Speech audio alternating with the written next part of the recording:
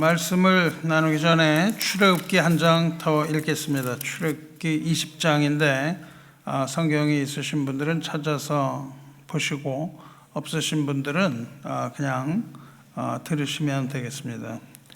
출애굽기 20장 18절로부터 21절을 제가 봉독하겠습니다.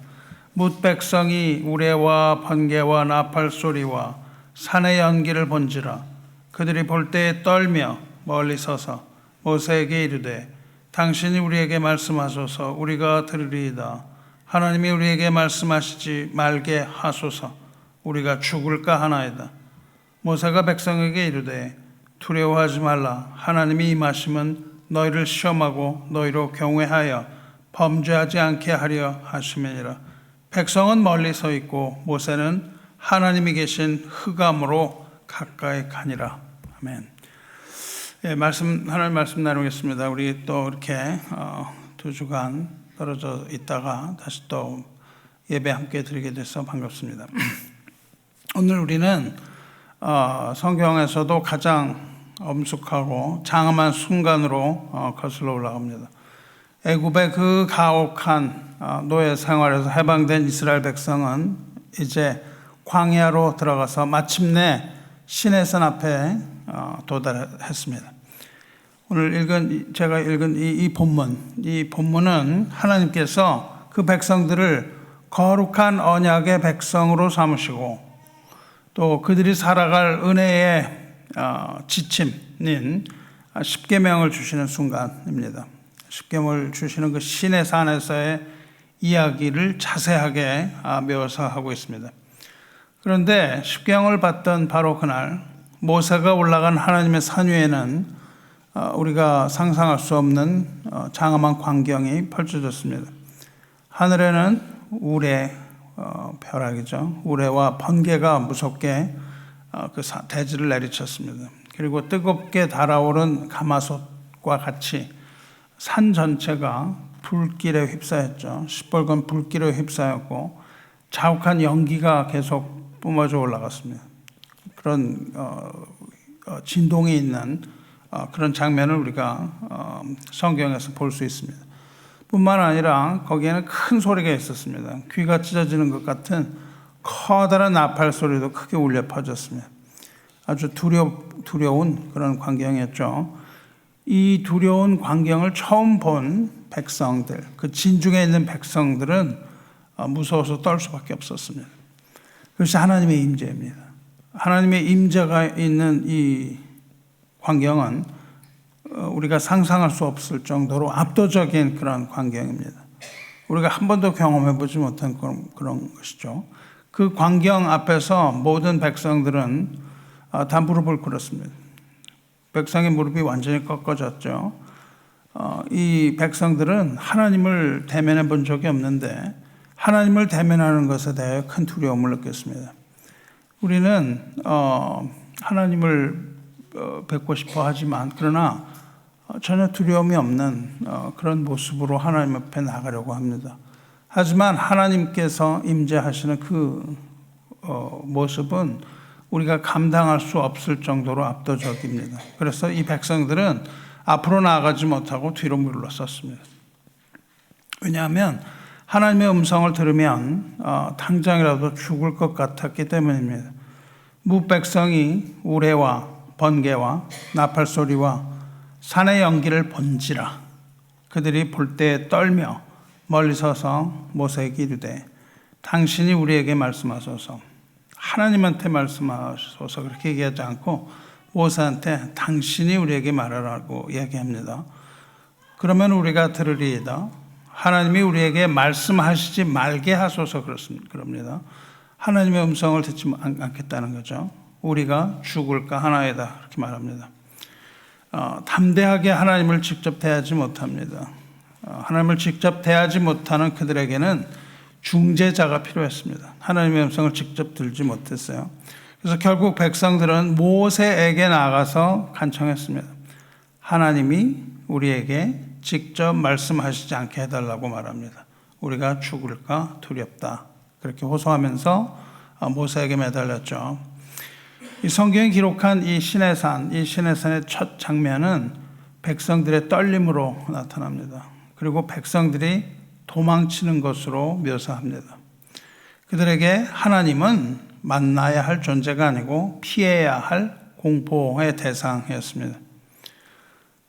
그러나 그 이야기를 들은 모세는 백성들에게 전혀 다른 대답을 건넵니다. 모세가 백성에게 이르되 두려워하지 말라.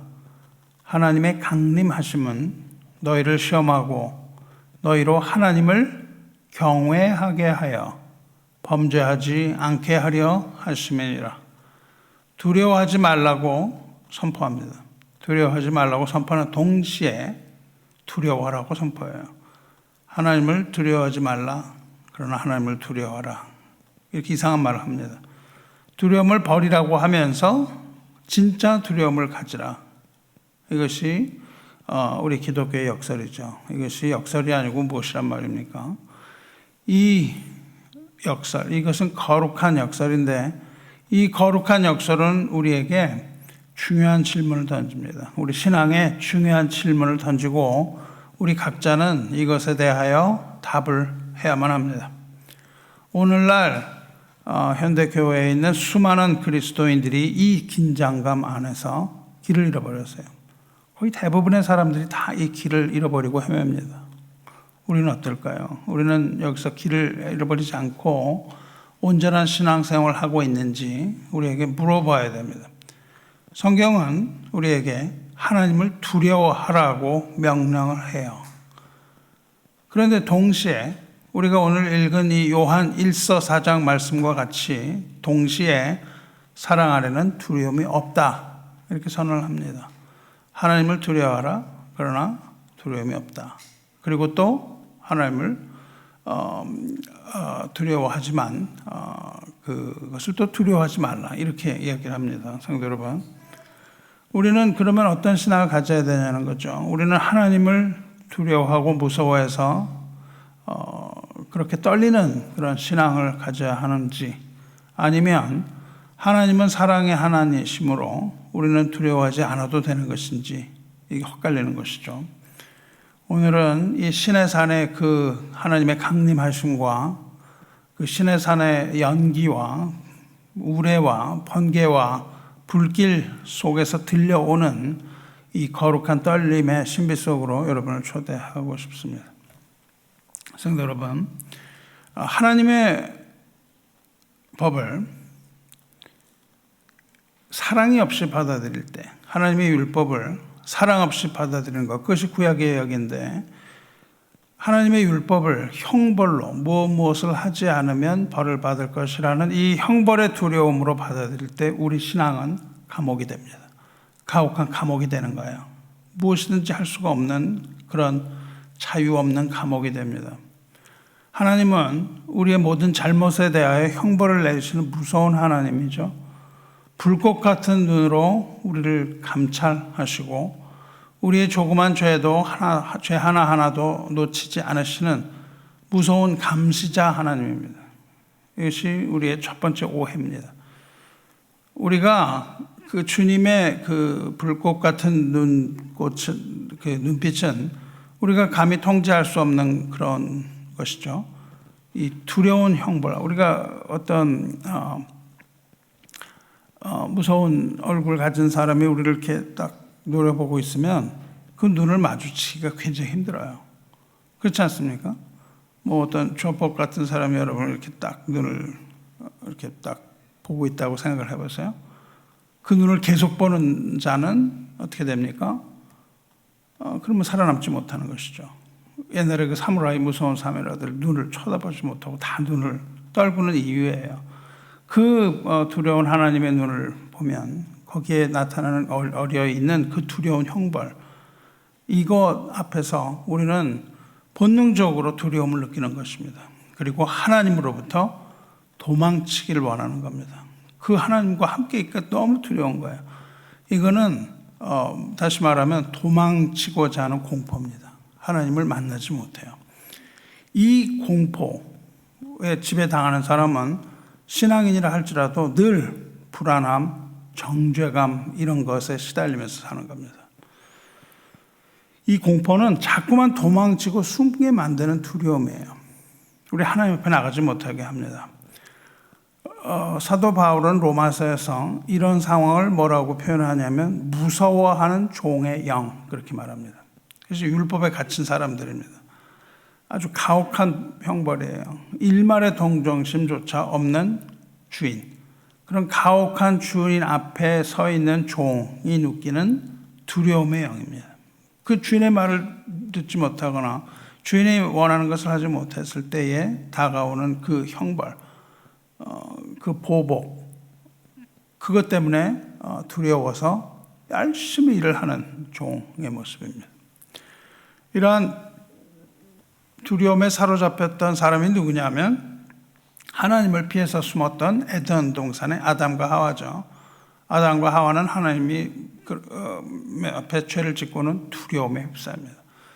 이 두려움이라는 것은 모든 죄인이 가지는 공통적인 본능이에요.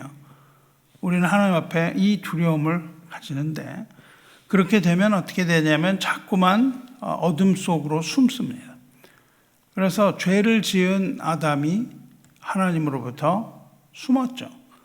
그것이 첫 번째로 나타난 죄의 모습입니다. 우리가 신앙생활을 열심히 하면 교회를 열심히 섬기는 사람들이 있죠. 뭐 평생 그냥 교회를 위해서 헌신하는 사람이 있는데 우리가 평생 헌신을 하면 위로를 받을까요? 그렇지 못한 거죠. 평생 뭐 교회를 위하여 헌신하고 열심히 일을 한다 할지라도 그건 소용이 없습니다. 이러한 신앙을 가진 사람은 늘 마음이 불안하기 때문이에요. 그래서 더욱더 열심을 내게 됩니다. 더욱더 열심히 일을 하게 되는 거예요.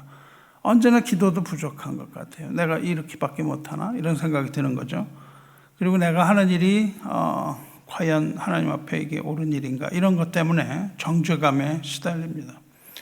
어쩌다 예배를 빠지면 화를 당할 것 같아요. 예배 빠지면 큰일이 날 것 같습니다. 그래서 마음이 편하지 못해요. 예배를 빠지지 못합니다. 믿는다고 하면서도 노예의 사슬에 묶여있는 신앙이에요. 그 예배가 우리에게 기쁨을 주지 못하고 예배에 빠지는 것이 두려움이 된다면 그 마음에 어떤 무게를 가져다 준다면 그것은 율법적인 신앙이라고 할 수 있어요. 군주론이라는 것을 지은 사람 마키아벨리가 있는데 마키아벨리는 인간을 통치하기 위하여 필요한 것이 공포라고 얘기를 해요. 두려움입니다. 우리가 아랫사람을요 인정해 주면은 그 아랫사람 배신합니다. 거의 대부분 그래요. 이 아랫사람을 인정해 주고 보듬어 주고 사랑하고 이러면 배신하기가 굉장히 쉽습니다. 엄격한 통제를 해야 공동체가 유지가 된다는 그런 법이 있는 거죠. 그게 마키아벨리의 군주론입니다. 어떤 통치자가 그런 말 했죠. 그런 적당한 국민들에게 겁을 줘야 국민들이 말을 잘 듣는 것이죠. 국민에게 자유를 주면 국민은 대들고 그 정권이 오래가지 못한다는 그런 생각을 하는 것이죠. 엄격한 통제를 하지 않고 자율성에 맡기면 그 공동체는 붕괴된다는 거예요. 인간은 그 자율성을 역이용하여 방종한다는 겁니다. 그래서 회사나 사회나 거의 모든 세상의 권력은 이 두려움을 이용해서 사람들을 통제합니다. 약간의 겁을 주는 거예요. 너 그렇게 일하다가 내일 한 장 종이를 받을 거야. 이런 거죠. 우리가 열심히 계속해서 일을 하지 않으면 점점 더 나의 이 자리가 보장되지 못하는 거죠. 그래서 자녀들을 먹여 살려야 하는 그런 두려움의 가장들은 굴욕을 당하면서도 상사에게 복종하는 그거죠. 그래서 그 상사들은 그것을 이용합니다. 처벌이 무서워서 일하는 사람은 노예죠. 처벌이 무서워서 일하는 것은 노예입니다. 이렇게 무서워서 일을 하는 사람들은 주인의 눈길이 닿지 않는 곳에서는 제목대로 행동하기가 쉽습니다. 주인을 무시하기도 하죠. 그러나 이 공포에 기반한 도덕성은 주인이 보지 않을 때는 순식간에 무너지는 거예요. 주인이 볼 때와 보지 않을 때 너무 다릅니다. 부하 직원 다룰 때 적당히 겁을 줘야 되는 이유입니다. 그래야 일을 잘해요. 겁을 주지 않으면 일을 하지 않습니다. 심지어 교회도 이런 문화가, 한국 교회에 이런 문화가 깊이 자리 잡고 있습니다. 깊이 자리 잡고 있어요.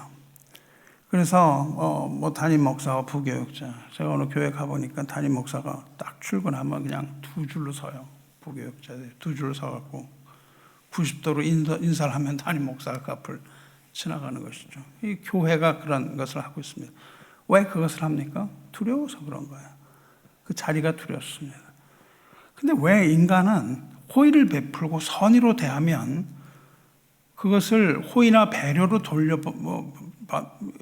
다시 이렇게 돌려주지 못하고 호의나 배려를 무시하고 오히려 만만히, 그렇게 하는 사람 만만히 여기는 거예요. 이런 것이 그 딜레마입니다. 그 인간의 모든 공동체가 그렇습니다. 근데 하나님의 나라는 그렇지 않은 것이죠. 하나님의 나라는 완전히 다릅니다. 하나님은 공포로, 두려움으로 우리의 행동을 통제하지 않으시는 겁니다. 벌을까 받을까봐 억지로 순종하고 저주받을까봐 눈치 보면서 예배하는 것, 이건 참된 순종이 아닌 것입니다. 우리 주님은 그런 노예 같은 복종을 원하시는 것이 아니에요. 이러한 신앙, 하나님을 두려워하여 억지로 하는 이런 신앙, 도망치고 싶은 이런 신앙은 우리를 영적인 노예로 주저앉힐 뿐입니다. 사랑하는 성도 여러분, 이 두려움의 신앙은 아주 위험한 신앙이에요. 두려움의 지배를 받는 신앙은 위험합니다. 그런데 이 두려움의 지배를 받는 이 두려움의 신앙이 위험한 것이라면 반대로 두려움이 없는 신앙은 어떠냐는 질문에 봉착합니다. 두려움이 없는 신앙, 아주 가벼운 신앙인 것이죠. 마음이 가벼운 신앙, 어떤 하나님과의 친밀함을 추구하는 신앙, 이런 신앙은 어떠냐 그겁니다. 하나님을 두려워함이 없는 신앙입니다. 그것은 하나님이 없는, 두려움함이 없는 신앙은 더욱더 위험합니다. 10배, 100배 위험할 수 있는 것이죠. 오늘 많은 성도들이 하나님을 사랑한다고 하면서 하나님을 두려워하지 않는 것이죠. 하나님을 두려워함이 없는 사랑, 이것은 하나님을 두려워하는 신앙, 율법적인 신앙에 비하여 10배, 100배는 훨씬 더 위험합니다. 하나님을 두려워한다면 할 수 없는 행동이 있어요. 하나님을 어떻게 보면 저 사람이 하나님을 두려워하는 게 있는가? 그냥 서슴지 않고 막 행동을 해야 되는 거예요. 굉장히 자유로워 보입니다. 하나님을 두려워한다면 절대로 할 수 없는 행동을 서슴지 않고 합니다. 말을 함에 있어도 조심이 없어요. 그냥 하고 싶은 말을 막 해버리는 것이죠. 정말 위험한 상황이 아닐 수가 없습니다. 두려움이 없는 신앙은 아주 잔인한 덫을 가지고 있는데 그 잔인한 덫에 우리는 걸려들지 말아야 되는 거예요. 두려움이 없는 신앙이 가지고 있는 덫은 방종이라는 덫입니다. 두려움이 없기 때문에 방종하게 되는 것이에요. 구속하는 아무것도 없는 것이죠. 오늘날 많은 성도들이 이 두려움이라는 단어 자체를 그들의 사전에서 다 지워버렸어요. 두려움이 없습니다. 우리의 신앙에는 두려움이라는 것이 없다. 우리는 율법적인 신앙이 아니야. 우리는 자유가 있는 신앙이다. 이런 얘기를 하면서 두려움이라는 단어 자체를 믿음에서 지워버리고 말았습니다. 이렇게 되면 어떻게 되냐면 하나님은 그냥 내 편히 내가 원하는 것을 채워주는 아주 상냥하고 공손한 대상이 됩니다. 하나님은 우리가 원하는 것에 대해 거절할 수가 없는 분으로 전락시킵니다. 하나님은 우리가 원하는 것을 하기 위하여 대기하고 있는 우리의 종처럼 생각을 하는 것이죠. 그렇게 상냥한 대상으로 축소시킵니다. 거룩한 두려움이 없는 사랑은 하나님의 공의를 무시하게 만드는 겁니다. 그 결과는 방종이에요. 그 결과가 방종입니다. 자유를 빙자한 영적인 방종입니다. 하나님은 우리에게 하나님을 경외하는 법을 배우라고 명령을 하세요. 하십니다. 오늘 읽은 신명기 말씀이 그것이죠. 12절에 이스라엘아 내 하나님 여호와께서 내게 요구하시는 것이 무엇이냐 곧 내 하나님 여호와를 경외하여 그의 모든 도를 행하고 그를 사랑하며 마음을 다하고 뜻을 다하여 내 하나님 여호와를 섬기고 이렇게 두 가지 단어가 한 문장에 같이 나옵니다. 내 하나님 여호와를 경외하라 그리고 그 하나님을 사랑하라 이 두 단어가 한 문장에 같이 들어있어요. 경외라는 것이 두렵다는 뜻인데 두려워한다는 뜻인데 이건 단순히 두려워하는 상황이 아닙니다. 이것은 하나님의 거룩하심을 인정하고 하나님의 권위를 인정하는 거예요. 하나님의 주권을 인정하는 것입니다. 그리고 우리를 하나님 앞에 낮추는 삶입니다. 하나님 앞에 낮추어지는 삶, 하나님을 높이는 삶, 이것이 경외예요. 하나님을 하나님으로 인정하는 것, 이것이 경외입니다. 우리 신앙의 출발점은 사랑이 아니고 경외입니다. 하나님을 하나님으로 인정하는 것. 하나님이 인격체이라는 것으로 우리가 받아들이지만 그러나 하나님은 천지를 지으신 전능하신 하나님, 전지하신 하나님, 경외의 대상이신 하나님으로 인정하는 것이 우리의 신앙의 출발점입니다. 그러므로 경외는 마치 우리 감정 같은데 사실은 두려움의 감정이 아니고 우리가 살아가야 하는 삶의 태도입니다. 삶의 태도가 경외예요. 이것을 토라라고 부릅니다. 우리 모세 오경 이것은 우리에게 주신 어떤 감정으로 주신 것이 아니라 우리가 어떻게 살아가야 하는가 지침을 주신 삶의 태도입니다. 그래서 하나님을 경외하는 사람은 자기 자신의 생각보다 하나님의 생각을 더 높이 두고 하나님의 말씀을 더욱더 신뢰하는 사람이에요. 이것을 우리는 믿음이라고 부릅니다. 우리보다 낮은 사람을 잘 믿게 되지 않아요. 어린아이가 와서 뭐라고 얘기해도 그것을 잘 믿지 않습니다. 그러나 권위가 있는 사람의 말은 믿는 거예요. 그것을 하나님의 주권이라고 부릅니다. 하나님을 경외하는 자가 누굽니까? 오늘 말씀이 말하는 것처럼, 말씀에서 말씀하시는 것처럼 하나님을 경외하는 자는 하나님의 도를 행하는 자라고 말했어요. 하나님의 도라는 것은 하나님의 길은 하나님께서 기뻐하는 삶의 길입니다. 그러므로 하나님을 경외한다는 것은 우리의 삶의 모습에서 나타나는 것이죠. 경외라는 것은 이 마음의 자세에서 우러나오는 삶이에요. 그 마음의 자세에서 우러나오는 삶이 도를 행함입니다. 그게 행함이에요. 마음과 행동이 따로 갈 수가 없어요. 우리가 하는 모든 말은 어디에서 나옵니까? 우리 마음에서 나오는 것이에요. 마음에 가진 것을 그대로 얘기하는 거예요. 나는 말은 그렇게 했는데 사실은 그렇지 않습니다. 거짓말입니다. 그것은 우리 마음에서 나오는 말이에요. 그것이 거짓말이라고 하는 말, 그거를 통해서 나오는 것이죠. 말은 마음에서 나옵니다. 이 도를 행하는 것은 경외의 마음에서 나오는 것이죠. 그러니까 하나님을 경외하는 신앙이라는 것은 두려워 떨기만 하는 그런 신앙이 아니라 또 혹은 말로만 하는 신앙이 아니라 삶 속에서 하나님의 말씀에 순종하고자 애쓰는 그런 신앙이에요.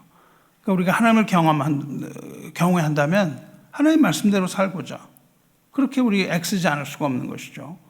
그런데 그것이 억지로 그것을 하고자 하는 것을 율법주의라고 하고 또한 그것을 우리가 우리의 마음을 다하여 힘을 다하여 우리의 정성을 다하여 하고자 하는 것을 우리는 오늘 이야기하고자 하는 것이죠. 여기서 모든 도를 다 행한다 했는데 모든 도라는 표현은 선택이 아니라는 겁니다. 하나님의 말씀은 선택적으로 우리 받아들여요. 오늘은 무슨 교회에서 무슨 말씀 뽑기 이런 걸 하잖아요. 그건 뭐야? 받고 싶은 말씀만 받는 거예요. 그렇게 해서는 안 되는 것이죠. 하나님의 말씀은 그렇게 선택적으로 받는 게 아닙니다. 우리가 좋아하는 말씀을 받는 것이 아니에요. 선택적 순종이 아니라 전인격적인 순종을 의미하는 겁니다. 하나님을 경외하는 신앙이라는 것은 우리의 자발적인 의지가 들어가야 돼요. free will, 자발적인 의지로 순종하고자 하는 신앙을 말하는 거예요. 우리는 뭐 로봇이 아닌 것이죠. 그래서 하나님께서는 우리에게 자유의지를 주셨습니다. 그러나 그 의지를 가지고 내 마음대로 사는 것이 아니라 하나님의 말씀에 순종하는 삶, 그것이 참된 신앙의 일입니다. 신명기 12절에 읽은 말씀 12절에 내 하나님 여호와를 경외하여 그의 모든 도를 행하고 그를 사랑하며 마음을 다하고 뜻을 다하여 내 하나님 여호와를 섬기고 이렇게 말했습니다. 근데 하나님이 우리에게 요구하시는 것은 그 경외심, 이것을 넘어섭니다. 하나님을 두려워하여 그 하나님의 법을 지킬 뿐만 아니라 그것을 넘어서서 하나님을 사랑하라, 이렇게 요구를 하시는 겁니다. 하나님은 복종하는 백성, 그냥 단순히 복종만 하는 백성이 아니라 사랑하는 백성을 원하시는 거예요.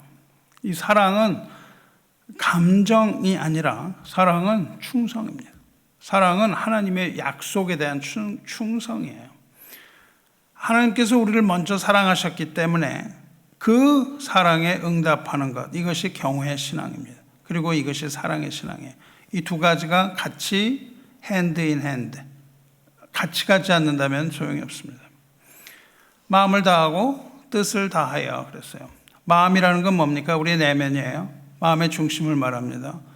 뜻 혹은 혼이라고 번역을 하는데 뜻은 우리의 의지입니다. 우리의 의지를 의미해요. 즉 하나님은 우리의 마음 저 깊은 곳으로부터 나오는 우리의 믿음, 의지적으로 섬기는 신앙을 요구하시는 거예요. 여러분의 신앙에 의지적인 게 없다면 참 그것은 옳지 않은 것이겠죠. 그렇게 하여 여호와를 섬기라고 말씀을 하셨습니다. 섬긴다는 말은 예배라는 뜻인데 여기서 예배는 우리가 드리는 이 주일 예배 혹은 뭐 금요 예배, 수요 예배 이런 것만을 말하는 것이 아니고 우리의 삶의 예배를 말하는 것입니다. 우리의 인생 전체로 드리는 예배예요. 하나님을 두려워하고 하나님을 사랑하는 사람은 자발적인 의지로, 우리의 자발적인 의지로 우리의 삶을 온전히 하나님께 드리는 사람입니다. 여러분의 일터에서도 예배가 진행되어야 되는 거예요. 왜냐하면 하나님을 두려워하기 때문에, 그리고 하나님을 사랑하기 때문에. 하나님의 일터는 없고 여기에만 계시는 하나님이냐면 그렇지 않은 것이죠. 여러분 가정에서도 그 같은 삶이 되어야 됩니다. 그리고 물론 뭐 교회에서도 하나님이 하나님이심, 하나님이 우리의 주님이시라는 것을 인정하면서 사는 삶인 것이죠. 이것이 온전한 신앙입니다. 하나님을 경외하는 삶, 그리고 하나님을 사랑하는 삶, 이 둘이 결코 모순되지가 않는다는 거예요. 이것이 모순이 아니라 서로 조합이 되는 것이죠. 화합이 되는 겁니다.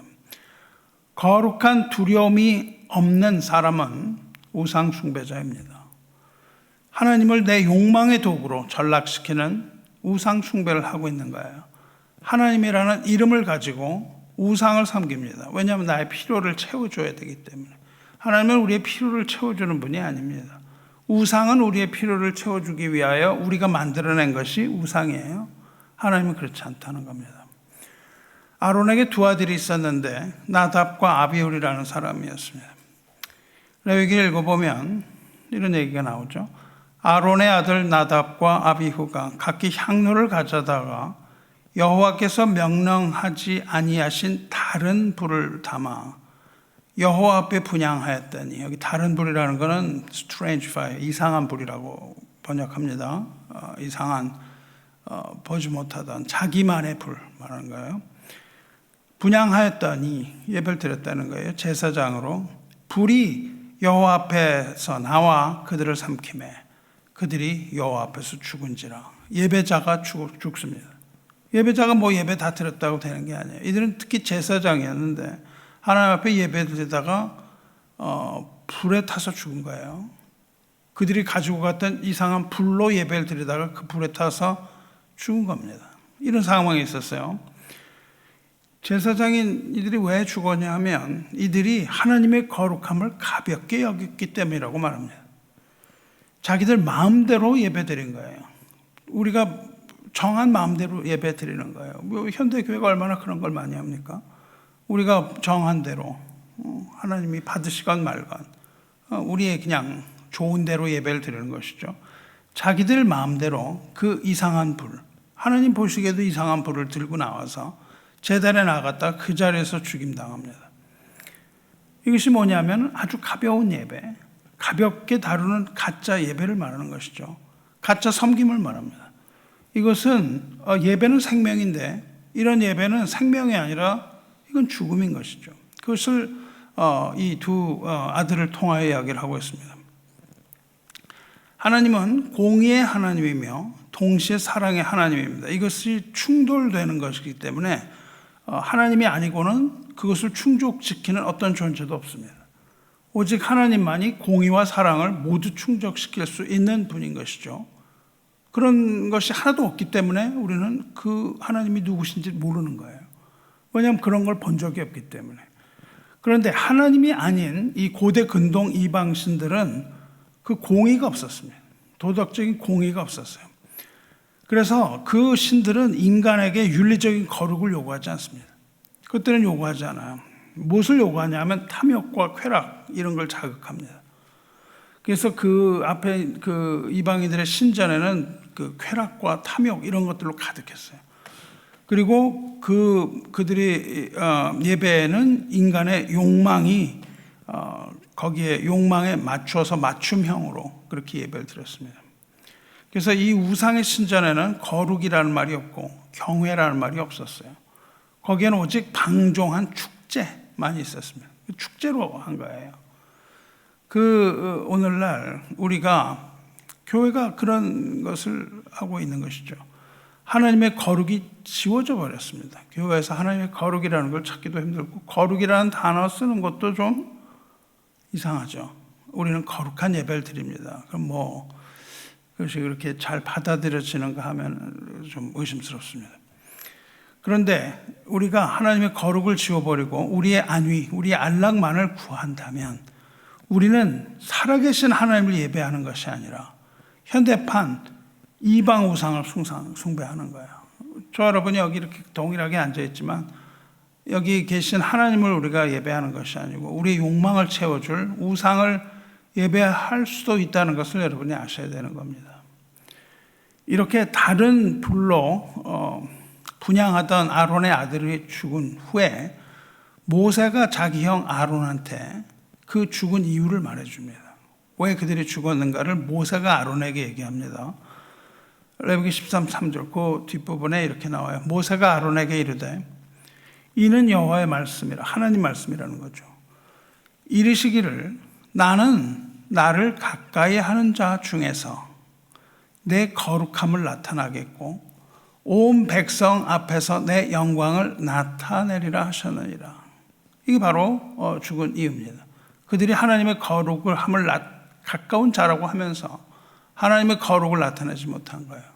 우리는 하나님 앞에 가까이 가고 싶지만 하나님의 거룩을 나타내지 못한다면 이 두 사람과 같은 그런 뭐가 다르겠습니까? 우리가 물리학을 공부해 보면요, 이 원자가 있는데 원자 핵의 속에 양성자라는 게 있습니다. 양성자를 묶어주는 힘이 있어요. 우리가 생각하는 것보다 미약한 힘 같지만 이것이 굉장히 거대한 힘입니다. 그것을 서로 잡아당기는 인력이에요. 이 엄청난 인력이 존재하기 때문에 물질이 해체하지 않고 질서를 유지합니다. 여러분이 이 물체를 보면 단단한 것 같은데 속은 텅 비어 있어요. 그 레벨에서 보면 완전히 비어 있습니다. 정말 놀랍죠. 이렇게 단단한 쇠인데 이게 텅 비어 있는데 그것들이 핵과 양성자가 이렇게 서로 떨어지지 못하고 계속 붙어 있습니다.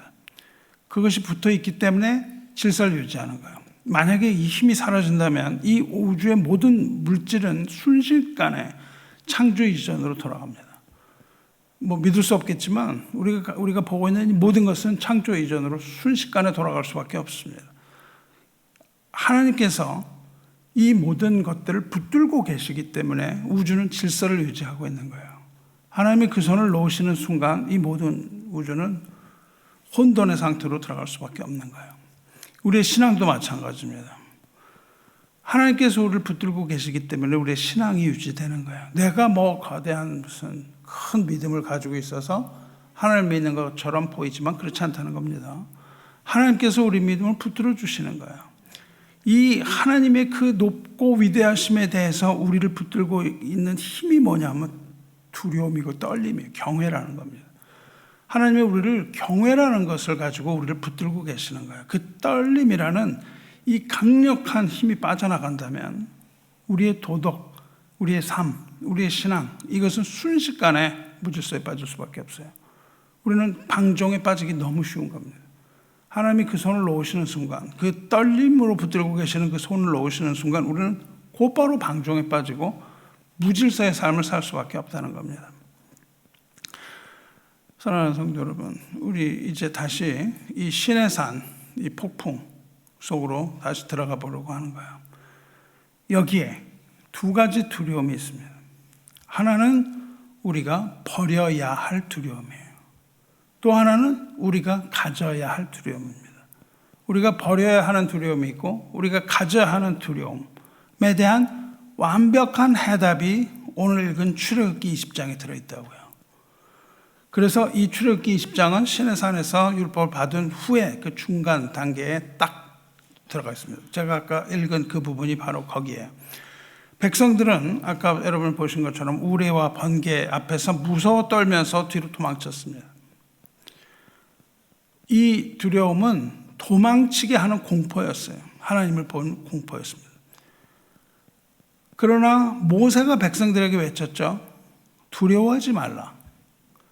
하나님이 임하시면 너희를 시험하고 너희로 경외하여 범죄하지 않게 하려 하심이라. 두려워하지 말라. 이 말씀은 공포에 사로잡혀서 하나님에게서 도망치지 말라는 거예요. 하나님이 임재하실 때 두려워서 도망치지 말라. 천둥, 번개, 짙은 구름, 나팔 소리, 또 이 산이 진동하는 이런 모습을 보고 떠는 백성을 향해서 모세는 도망치지 말라 이렇게 얘기를 합니다. 도망칠 수가 없다는 거예요. 거기서 하나님은 이 백성을 멸하시려고 임하신 게 아니고 하나님은 멸하시려고 나타나신 것이 아니라 구원의 언약, 율법의 언약을 맺으시기 위해서 임하셨기 때문에 도망칠 필요가 없다는 겁니다. 믿는 자는 심판의 공포 속에 사는 사람이 아닙니다. 여러분이 하나님을 믿는다면 심판의 공포 속에서 하나님으로부터 도망가는 사람이 아니라 하나님의 언약의 은혜 안에서 하나님 앞으로 나아가는 사람이라 돼야 되는 거예요. 여러분 하나님 앞에 나아가는 사람입니까? 아니면 하나님으로부터 도망치는 사람입니까? 이 두 가지 모습이 있다는 거예요. 성도 여러분, 이 신의 산에 임재하신 이 하나님의 모습, 이 모습, 그 우레와 번개와 큰 소리, 나팔 소리, 이게 다 어떤 모습을 하고 있습니까? 굉장히 두려운 모습이죠. 이 신의 산에, 그것은 하나님의 임재를 나타내는 모습인데 신의 산에 임재한 하나님의 모습은 마지막 날 우리가 보게 될 장면과 아주 쌍둥이같이 닮아 있어요. 우레와 번개, 빽빽한 구름, 나팔 소리는 하나님의 임재를 나타납니다. 그러나 이 현상은 성경 전체에서 여호와의 날이라고 부르는 날, 즉 크고 두려운 심판의 날에 나타나는 전형적인 묵시적인 현상이에요. 왜냐하면 심판이라는 것은 하나님의 임재이기 때문이에요. 하나님의 임재가 없으면 심판이 없습니다. 심판은 반드시 하나님의 임재를 동반하는 것이고 더 구체적으로는 예수님의 다시 오심을 말하는 겁니다. 예수님의 다시 오심은 심판자로서 이 땅에 오시는 것이고 그때는 구유에 놓인 아기가 아니라 이 무서운 심판자의 모습으로 오신다는 거예요. 요엘서에 내가 이적을 하늘과 땅에 베풀리니 곧 피와 불과 연기 기둥이라. 여호와의 크고 두려운 날이 이르기 전에 해가 어두워지고 달이 빛빛같이 변하거니와. 이 신의 산에 임한 이 그 두려운 그 하나님의 임재, 그 장엄한 심판, 그 언약의 임재인데 거기에서 백성들은 두려움에 떨었다는 것인데, 두려움에 떨었다는 건 다시 말하면 담대함을 상실했다는 뜻입니다. 담대함이 있을 수 없는 거예요. 그래서 우리가 죽겠나이다 하면서 도망칩니다. 이것이 하나님의 공의 앞에 선 죄인의 당연한 실존이에요. 당연한 겁니다. 그리고 이것이 바로 하나님의 심판 앞에 선 죄인의 두려움의 본질이에요. 바로 이것입니다. 우리가 당해야 되는 그 모습이에요. 우리가 그 모습을 볼 거라는 겁니다. 저와 여러분이 지금은 뭐 이렇게 아름다운 세상을 보는 것 같지만 조금 있으면 주님이 오시는 그날 우리는 그 장면을 다시 보는 거예요. 우레와 번개와 연기 기둥과 불과 불 붙는 산, 그 다음에 나팔 소리 이런 것들을 듣는 것인데 그것이 곧 보게 될 현상이라는 거예요. 참된 경외라는 것은 무지함에서 오는 공포가 아니에요. 뭘 몰라서 오는 두려움이 아닙니다. 그것은 참된 경외는 모든 지식이 있는 사람이 아는 겁니다. 하나님의 그 어마어마한 위대하심과 하나님의 거룩한 실체를 우리가 똑바로 바라보았고 하나님이 누구신지 알기 때문에 생기는 신성한 떨림이 경외입니다. 그렇게 떠는 겁니다. 실체를 알지 못하는 두려움이 있어요. 우리가 세상에 이 두려움은 뭐가 뭔지를 알지 못해요. 그러한 두려움에 우리는 도망칠 수밖에 없습니다. 여러분이 뭐 길에서 귀신 영화를 보면 말이죠. 이게 뭔지도 모르는 뭐 이상한 것이 나타나단 말이죠. 길에서 뭐 갑자기 뭐가 나타나면 뭔지도 모르기 때문에 도망칠 수밖에 없습니다. 그런 공포는 도망칠 수밖에 없는 겁니다. 그러나 창조주 하나님의 그 장엄하고 아름다움, 이거를 우리의 눈으로 직접 목격하고 우리가 하나님을 아는 지식으로 가득하여 느끼는 그 떨림, 그것은 우리로 하여금 하나님 앞에 바짝 엎드려서 하나님 앞에 경배하게 만드는 두려움입니다. 이것이 두 가지 두려운 두려움이에요. 하나는 세상의 두려움, 하나는 하나님을 아는 하나님의 뜻대로 하는 그 두려움. 이 두 가지가 있는 거예요. 우리가 길을 가다가 뭐 사나운 들개를 마주쳤을 때 어떻습니까? 두렵습니다. 그 두려움이 바로 공포예요. 그래서 우리는 살기 위해서 죽기 살기로 도망을 치는 거죠. 그 무서운 개를 만나면 그렇습니다. 그러나 우리가 그 뭐 백두산 천지에 올라갔다거나 여기 미국의 뭐 그랜 캐년 같은데 그 거대하고 깊은 그 계곡의 침묵 속으로 우리가 들어갔을 때 우리는 거기서 또 다른 떨림이 있는 거예요. 호흡이 멈추는 듯한 그 떨림이 있습니다. 그게 경외감이라고 부르는 거예요. 거기에서 우리 발은 뒤로 물러서지 않는 거죠. 우리 무릎은 비록 떨리죠. 이게 막 그냥 높은 곳에서 말이죠. 그 낭떠러지, 거대한 낭떠러지를 봤을 때 무릎이 떨립니다. 고소공포증인 사람은 더 떨리겠죠. 그 높은 곳에서 그 아래를 내려다 본다면. 그러나 우리가 그것을 볼 때 그 거대한 장엄함 속에 더 가까이 가서 보고 싶어지는 것이죠.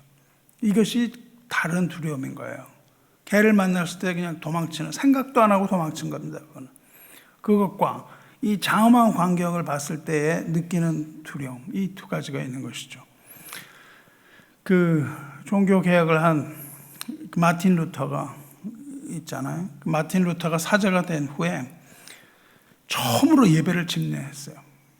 이제 우리 뭐 안수를 받고 말이죠. 뭐 교회 위임을 받고 그러면 이제 예배를 집례하잖아요.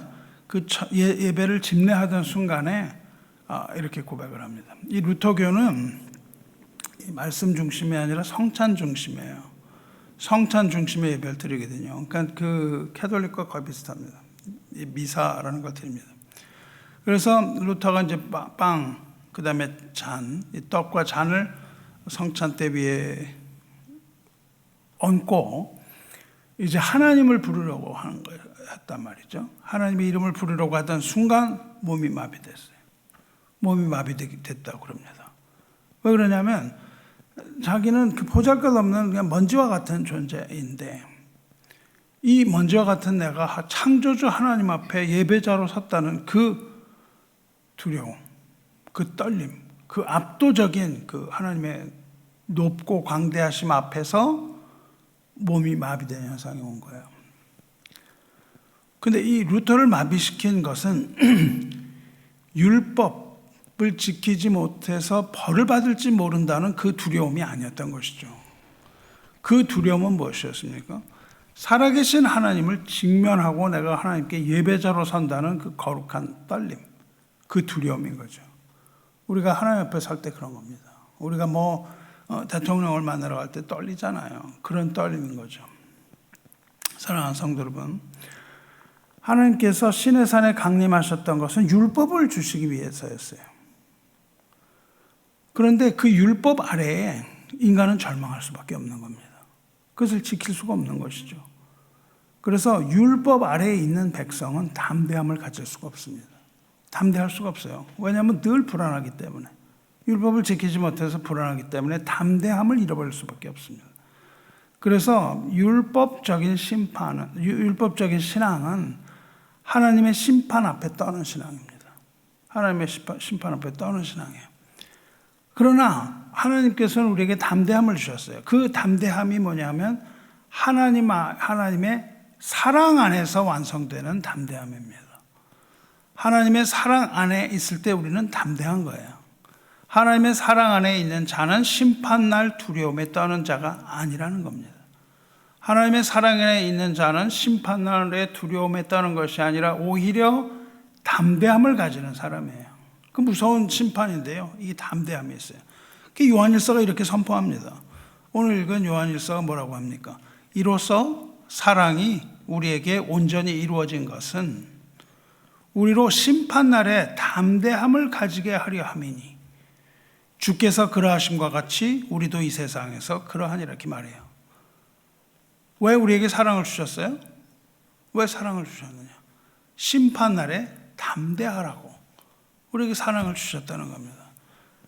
예수 그리스도의 그 온전한 사랑이 우리 안에서 이루어질 때 우리는 그 심판의 날, 이 시난산에서 강림하실 때와는 비교도 되지 않을 만한 극도로 무섭고 두렵고 떨리는 그 최후 심판의 날, 그날에 우리는 뒤로 도망치지 않습니다.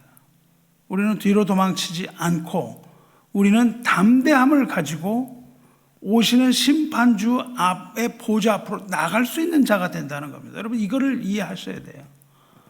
우리는 그 무서운 심판의 날, Doomsday 영화에 나오는 것처럼 그런 날 거기에 떠는 것이 아니라 오히려 담대함을 가지고 심판주로 오시는 주님을 영접하기 위하여 그 앞으로 나아가는 신앙, 이것이 저와 여러분이 가져야 되는 신앙이에요.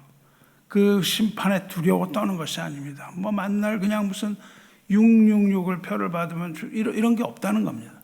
우리는 그런 것이 아니라 주님 오시는 날을 기다리는 거예요. 오시는 주님, 심판하기 위하여 오시는 주님을 무서운 심판주로 보지 않고 우리를 구원하기 위하여 오시는 구세주요 주님으로 믿고 그 앞에 나가는 것이죠. 그래서 모세가 그렇게 얘기한 거예요. 그 임재를 봤잖아요. 우리도 그 임재를 보잖아요. 심판의 날의 모습을 본단 말이죠.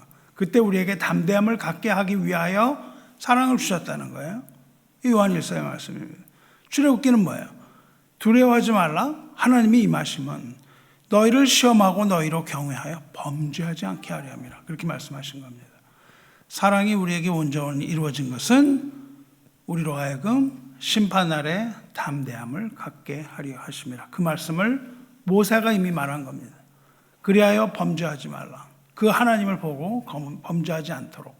또 요한일서는 그 심판의 날에 우리로 범죄하지 않고 하나님의 사랑 안에 거하도록, 이 두 가지가 평행으로 가는 겁니다. 그리고 18절에는 사랑 안에는 두려움이 없다 그래요. 사랑 안에는 두려움이 없습니다. 하나님의 사랑 안에 있는 자에게는 그 두려움이 없다는 거예요.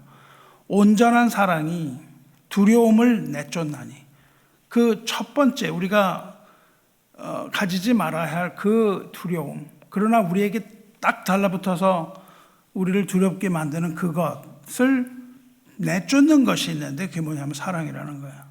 그 사랑이 두려움을 내쫓나니 두려움에는 형벌이 있습니다. 우리가 그 두려움, 내쳐야 되는 두려움을 갖지 못하면 심판입니다. 그게 바로 심판이에요. 두려워하는 자는 사랑 안에서 온전히 이루지 못하느니라. 두려움에는 형벌이 있다는 겁니다. 우리가 두려움을 가지고 그 두려움을 떨쳐내지 못하고 산다면, 여러분이 가진 두려움을 떨쳐내지 못한다면 거기엔 형벌이 있습니다.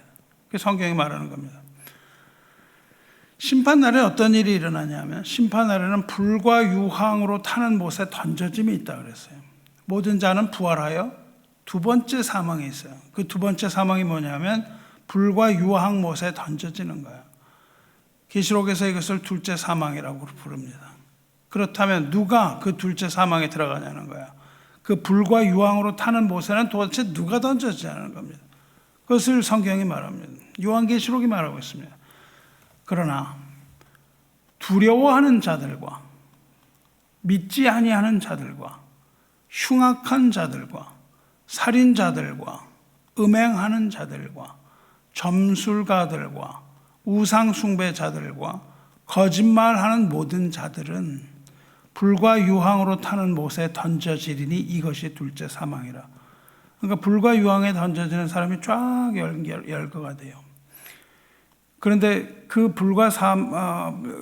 그 유황으로 타는 못, 불못 유황 못에 던져질 사람의, 던져져서 심판을 받게 된 사람의 1순위가 누구냐 이거예요. 놀랍게도 두려워하는 자들입니다. 그러나 두려워하는 자들과 무엇보다도 먼저 나오냐면 믿지 않아야 하는 자들, 불신자들보다 먼저 나오는 게 두려워하는 자입니다. 흉악한 자, 살인자, 음행하는 자, 점술가, 우상숭배자, 이건 뒤에 나와요. 거짓말하는 자, 이건 뒤에 나옵니다. 가장 먼저 나오는 것이 두려워하는 자입니다. 여러분이 두려움 해결하지 못하면 불과 유황 못이라는 겁니다. 왜? 그 두려움을 내쫓는 것은 사랑이기 때문에. 그리고 하나님의 사랑이 없다면 형벌에 처해질 수밖에 없는 것이 죄인의 모습이죠. 그래서 18절에 이렇게 말합니다. 사랑 안에는 두려움이 없고 온전한 사랑이 두려움을 내쫓나니 두려움에는 형벌이 있습니다. 이 말씀하시는 겁니다. 두려워하는 자들은 사랑 안에서 온전히 이루지 못하느니라. 여기서 사랑은 뭐냐면 하나님의 사랑이에요. 우리의 사랑이 아니라 하나님의 사랑입니다. 심판날 두려움에 떠는 자들은 사랑 안에서 온전히 이루지 못한 자들이라고 말하는 겁니다. 그러니까 사랑에 온전히 들어가지 못하면은 두려울 수밖에 없다는 겁니다. 여러분 이해가 되시죠? 우리가 하나님의 사랑에 들어가지 못하면 두려울 수밖에 없습니다. 형벌을 두려워하는 사람은 아직 하나님과의 관계를 맺지 못한 사람이에요. 하나님과 관계를 율법적인 관계로만 이해하고 있으면 형벌 두려워합니다. 어떤 생각을 하냐면 내가 이거 충분히 잘하는 건가? 하나님이 나를 버리시면 어떡하지? 내가 구원해서 제외되었는가? 이런 불안감이죠. 그 불안감이 있다는 겁니다. 이런 불안, 이런 두려움은 하나님의 사랑을 충분히 신뢰하지 못할 때 나타나는 거예요. 우리가 하나님의 사랑을 100% 신뢰한다면 이 불안이 없겠죠. 그러나 우리는 완전하지 않기 때문에 이런 불안을 항상 경험하면서 삽니다. 여러분 이런 경험을 하잖아요. 내가 정말 구원할 확신이 있는가 이런 경험을 합니다. 하지만 성령께서는 이 복음을 통해서 하나님의 사랑을 다시금 우리에게 확인시켜 주시는 겁니다. 이게 우리의 신앙이에요. 여러분이 예배 계속 드리고 성경 공부하고 이렇게 성령에 구하고 이런 것들이 다 뭐예요? 그런 과정인 것이거든요. 출애굽기는 두려움 버리고 하나님 경외하라고 말하죠. 요한일서는 형벌에 대한 공포는 사랑이 몰아낸다고 말합니다. 그러나 하나님을 향한 거룩한 경외가 여전히 유효한 겁니다. 사랑이지만 경외는 여전히 유효한 거예요. 성도는 하나님을 무서워해 도망치는 사람이 아니라 하나님을 사랑하기 때문에 가까이 나가는 사람이라고 말씀드렸잖아요. 사도 요한이 여기서 담대함이라고 설명을 하는데 이 담대함이라는 것은 거기에는 엄청난 배경이 숨어 있는 겁니다. 이 담대함이라는 단어는 고대 그리스 히랍에서는 노예에게 적용되는 단어가 아닙니다. 이 단어는 오직 자유시민만이 누리는 그런 언어예요. 왕 앞에서 두려움 없이 말할 수 있는 자입니다. 왕 앞에서 두려움 없이 말할 수 있는 그런 자, 노예는 그렇게 말 못하거든요. 그런 자에게 적용되는 것, 즉 왕 앞에서 말할 수 있는 권리를 말합니다. 우리는 하나님 앞에서 말하잖아요. 여러분이 하나님 앞에 말합니까? 못합니까? 우리는 하나님 앞에 직접 나가서 말해요. 누구 때문에? 예수 그리스도 때문에.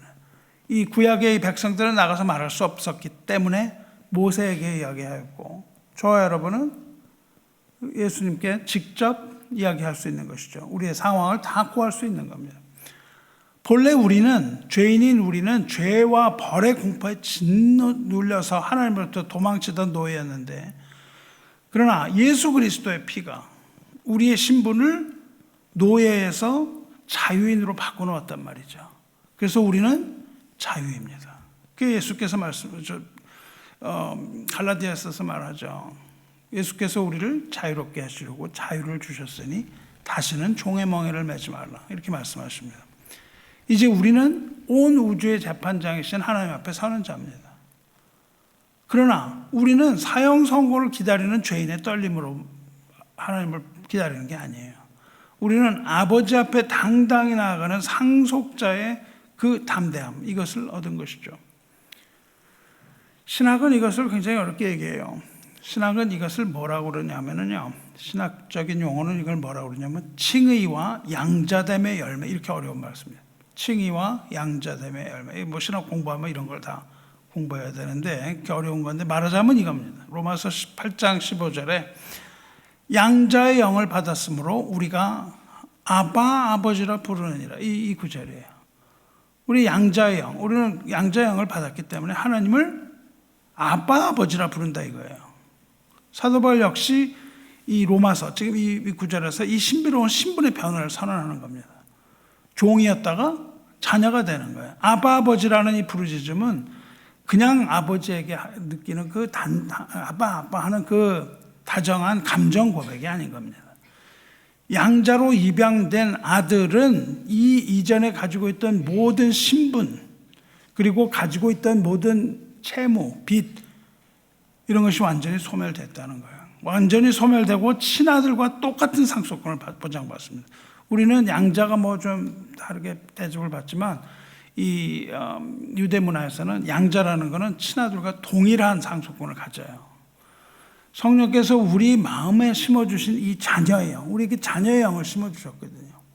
이 자녀의 영, 아들의 영은 우리를 정죄하고 감시하던 이 율법의 두려움을 밀어내고 우리로 하여금 창조주 하나님을 향하여서 가장 친근하고 당당하고 담대하게 아버지라고 부르짖게 하신다는 겁니다. 이게 엄청 놀라운 것이죠. 성도는 믿음으로 의롭다 하심을 받았고 하나님의 자녀로 입양됐다는 겁니다. 그러므로 마지막 심판에 대한 이 정죄의 공포에서 우리가 해방되어야 되는 겁니다. 이것은 우리 감정이 아니고 그리스도의 완전한 속죄를 통해서 이루어진 거예요. 그리고 하나님의 신실하신 언약 때문에 일어나는 전 우주적인 현상이고 객관적인 사실입니다. 이것을 믿으시기 바랍니다. 그런데 아버지라고 부르는 이 친밀함은 아버지를 함부로 조롱해도 된다는 뜻이 아닙니다. 이 할아버지가 말이죠, 손자 이쁘다고 이렇게 막 안아주면 말이죠, 그냥 코털 뽑는 거예요. 여러분이 하나님 코털 뽑으면 안 되는 거예요. 우리는 그런 신앙 가져 살아야 됩니다.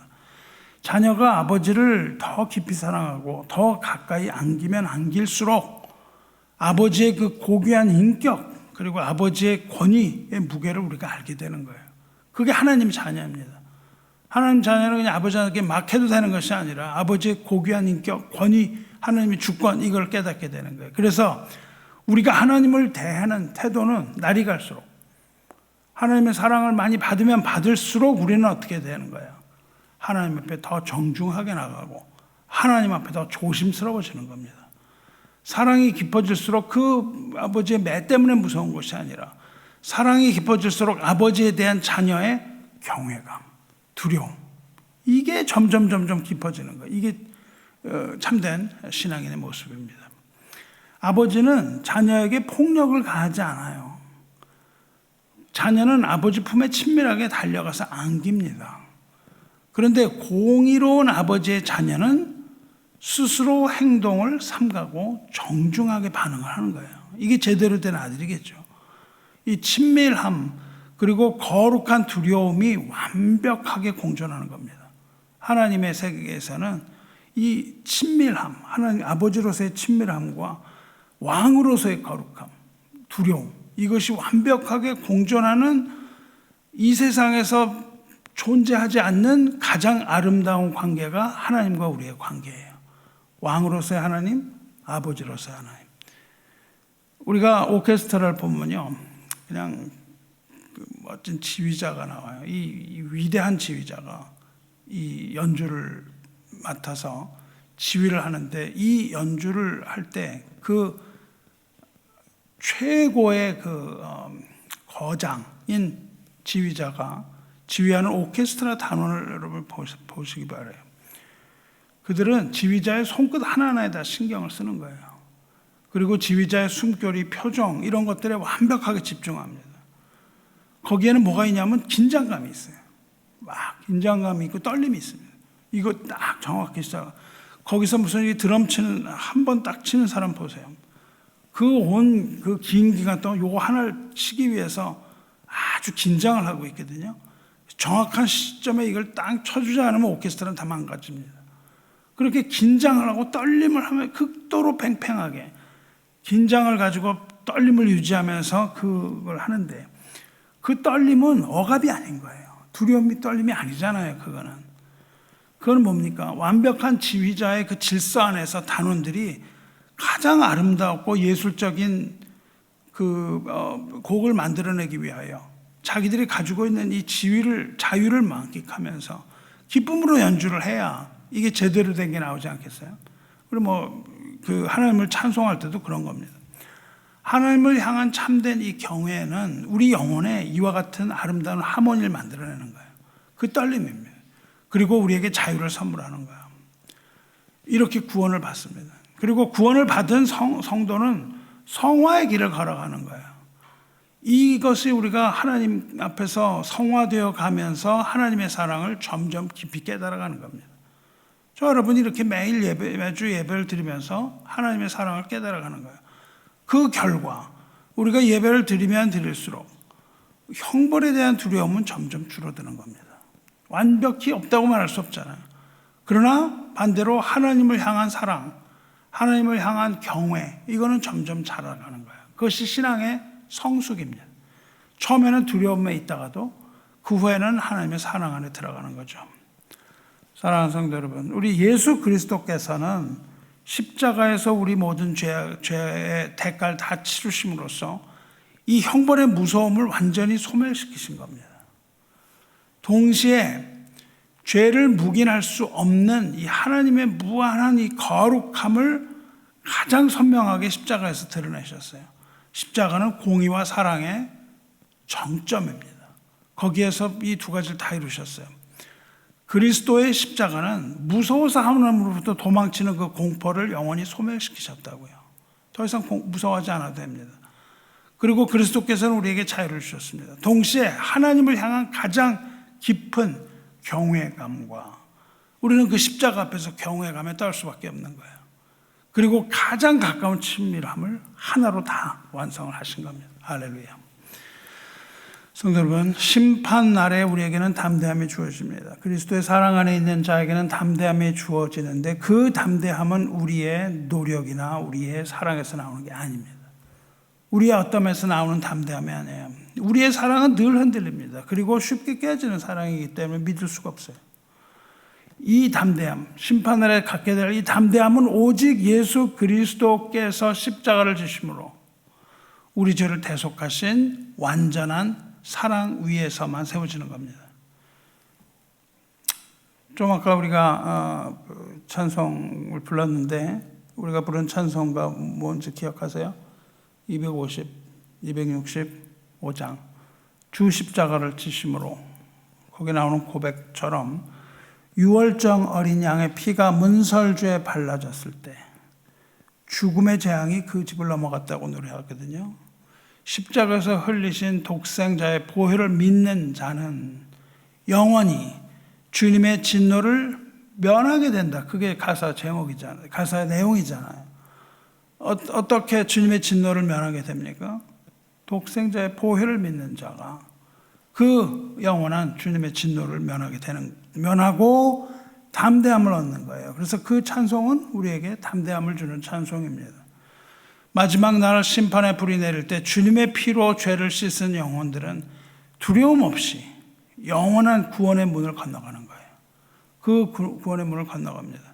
우리가 하나님의 임재 앞에서도 굳건히 설 수 있는 비결이 있는데 그 비결이 뭐냐면 그 비결은 우리 사랑의 크기에 있지 않고 우리의 담대함은 나를 먼저 사랑하셔서 자기 몸 버리신 우리 주 예수 그리스도의 복음의 능력에 있습니다. 할렐루야. 그래서 오늘 읽은 요한 1서 4장 19절에 우리가 사랑함은 그가 먼저 우리를 사랑하셨습니다. 이 십자가의 복음의 사랑을 온전히 누리는 사람은 마지막 날 두려워하지 않습니다. 우리가 이제 주보에 나온 것처럼 찬송가 413장 부를 텐데 413장을 가사를 지은 사람이 호레이시오 스패포드는 그 마지막에 무서운 삶의 질과 폭풍을 맞은 사람입니다. 뭐 어떻게 할 수 없는 걸 받았어요. 그러나 그는 그 두려움 가운데서도 주님의 은혜만을 바라보면서 이 찬송을 짓습니다. 완벽한 절망 가운데서 이 노래를 지었어요. 이 찬송가 413장 내 평생에 가는 길을 통해서 그는 이렇게 믿음의 승리를 고백한 겁니다. 어떻게 고백했어요? 저 공중에 구름이 일어나며 큰 나팔이 울릴 때, 이게 하나님의 임재 그 모습이거든요. 저 공중에 구름이 일어나며 큰 나팔이 울릴 때 주 오셔서 세상을 심판해도 나의 영혼은 겁없으리. 그렇게 고백을 하는 겁니다. 그것이 참된 하나님의 사랑 안에 있는 자죠. 이 고백은 그냥 감정적인 노래가 아닙니다. 영원히 찢기지 않는 그 예수 그리스도의 사랑, 영원히 훼손되지 않는 예수 그리스도의 사랑을 우리 가슴 속에 품은 자만이 부를 수 있는 거예요. 그 사랑 안에서 거룩한 예배자가 품을 수 있는 아주 담대한 외침이 이 노래입니다. 사랑하는 성도 여러분, 언젠가 우리는 이 시내산에서 보인 이 나팔 소리보다 훨씬 더 크고 장엄한 온 세상이 다 뒤집어지는 것 같은 그날을 보는 겁니다. 마지막 나팔 소리가 온 천지에 다 울려 퍼지는 거예요.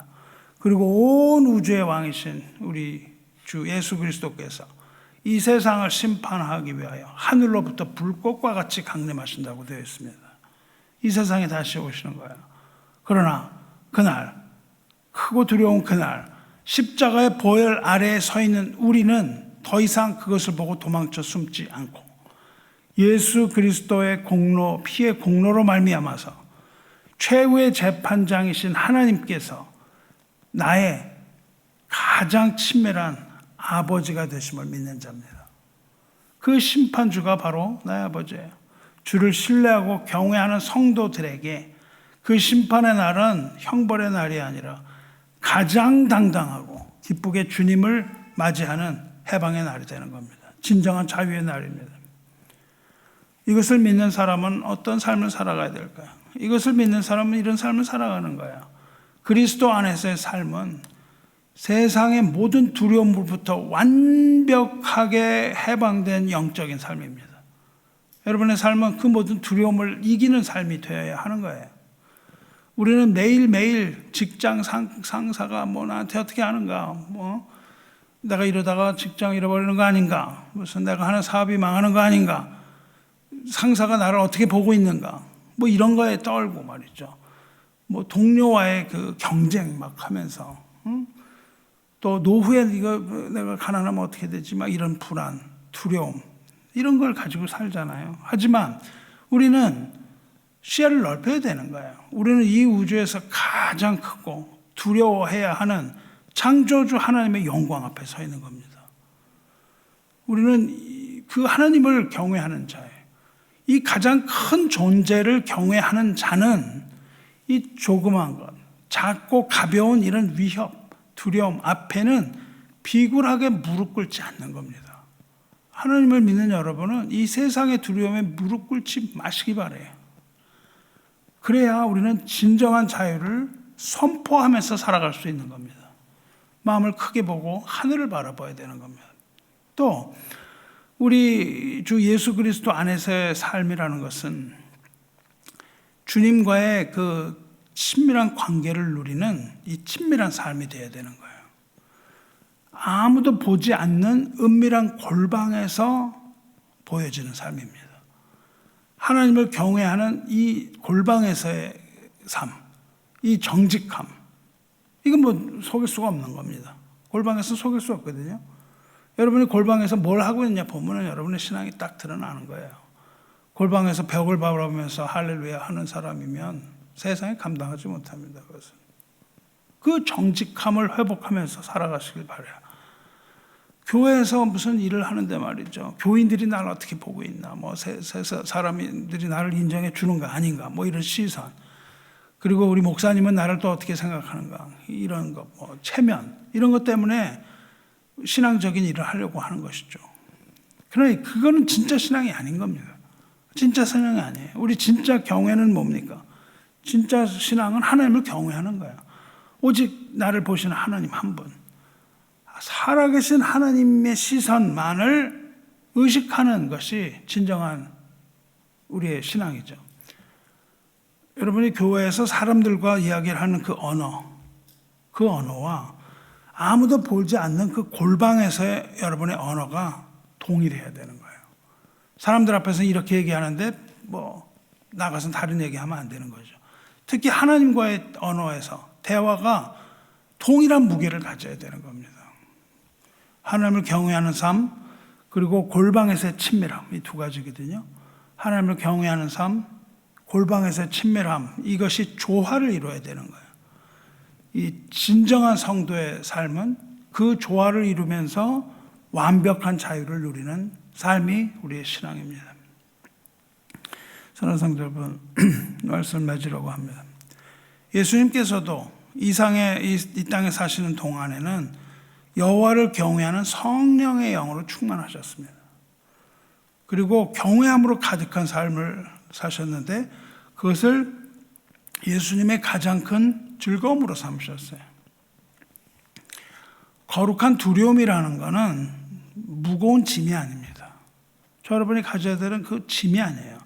하나님을 경외하는 것은 우리의 인생을 가장 안전하게 지켜주시고 영광스러운 주시는 그 영광스러운 주님의 보좌 앞에 우리가 인생 달려갈 길 끝까지 마치고 끝까지 주님의 보좌 앞에 머물 수 있게 하여 주는 안전장치입니다.